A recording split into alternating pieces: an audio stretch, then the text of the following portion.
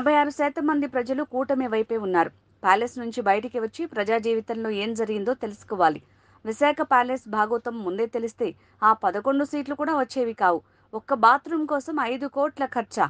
ప్రజాధనం దుర్వినియోగం చేసి ప్యాలెస్ కట్టుకున్న జగన్ దగ్గరే ఆ సొమ్మును కక్కించాలి. తాడేపల్లి ప్యాలెస్లో ఫర్నిచర్కు కూడా ప్రభుత్వ సొమ్మునే వాడుకున్నారని ఎంపీ కేశినేని చిన్ని అన్నారు. నీకు శాస్తి చేశారు.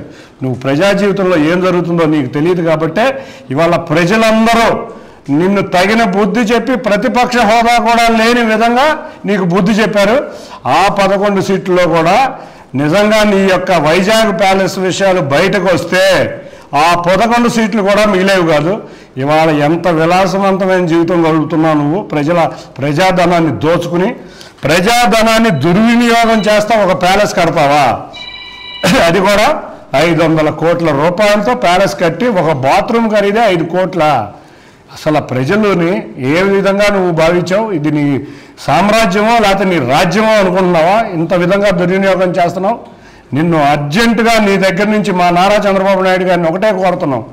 ఎక్కడైతే ప్రజాధనం దుర్వినియోగం అయిందో వీళ్ళందరి దగ్గర నుంచి వీళ్ళ సొంత డబ్బులతో ఇది కక్కిచ్చే విధంగా చట్టాలు చేయాలని కోరుకుంటున్నాం. తప్పకుండా మరొకసారి ఇటువంటి వ్యక్తులు ప్రజాధనాన్ని దుర్వినియోగం చేయని విధంగా మీరు కృషి చేయాలని మా చంద్రబాబు నాయుడు గారిని మా కూటమి నాయకులందరినీ కోరుకుంటున్నాం. తప్పకుండా నువ్వు ఇప్పటికైనా కళ్ళు తెరిచి ప్రజా జీవితంలోకి వస్తే ఆ 11 మంది ఎమ్మెల్యేలో లేకపోతే ఆ పార్టీయో అంతవరకు నీకు మిగులుద్ది. లేకపోతే నీకు ఇంకో 3 నెలల్లో నీ పార్టీ నీ ఎమ్మెల్యేలు కూడా నీకు మిగలరని ఘంటాపదంగా చెబుతున్నాను. తప్పకుండా నువ్వు ఇంకా ప్రజల్ని ఇప్పుడు దాకా మోసం చేస్తానే బతికావు. ఇంకా మోసం చేస్తా బతకొద్దు. నీ జీవితమే ఒక అబద్ధం.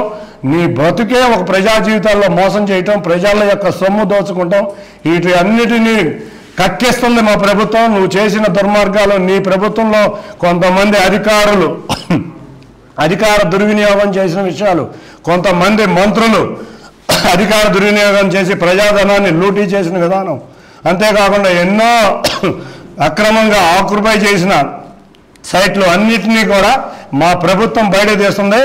ఇవాళ ఒకటి రేపు ఒకటి అనే మాట్లాడటం మాని ఇవాళైనా నువ్వు ఈవీఎంల గురించి ఏం మాట్లాడావో నువ్వు ఒక్కసారి తెలిసి నీ వీడియో చూసుకో. దాని ప్రకారం నువ్వు సమాధానం చెప్పాలని గట్టిగా కోరుకుంటా. నీకు త్వరలో జైలు జీవితం రాబోతుంది. మా నాయకులకి నువ్వు ఆల్రెడీ 10 సంవత్సరాల నుంచి కూడా ఏ రోజు కూడా ఈడీ సిబిఐ కేసులో కోర్టుకి అటెండ్ అవ్వకుండా వ్యవస్థలను మేనేజ్ చేస్తున్నావు. ఆ వ్యవస్థలను మేనేజ్ చేసే ఎంతోమంది ఐఏఎస్ ఐపీఎస్ అధికారులు వాళ్ళు బలైపోయారు నీ వల్ల. మా ముఖ్యమంత్రి గారు ఎవరైతే వ్యవస్థలను చెడగొట్టారో, ఎవరైతే చట్ట ప్రకారం పనిచేయడారో అటువంటి వారిని అందరినీ శిక్షించబోతున్నారు తప్పకుండా. అంతేకాకుండా మేమందరం కూడా ఇవాళ రాష్ట్రం బాగుండాలి, రాష్ట్ర ప్రజలు బాగుండాలి, రాష్ట్ర ప్రజలకు సంక్షేమం రావాలి, అభివృద్ధి రావాలి. అందరూ కూడా పండగ వాతావరణం ఇప్పుడు ఏ విధంగా పండగ వాతావరణం ఉందో వచ్చే 10 సంవత్సరాల్లో ఇదే పండగ వాతావరణం కొనసాగి మళ్ళీ ఆంధ్రప్రదేశ్ అనేది మళ్ళీ నెంబర్ 1 రాష్ట్రంగా నిలబెట్టే విధంగా మేము మా నాయకుడు చంద్రబాబు నాయుడు గారు కానీ పవన్ కళ్యాణ్ గారు కానీ భారతీయ జనతా పార్టీ గారిని కృషి చేస్తుందని అందరికీ తెలియజేసుకుంటా.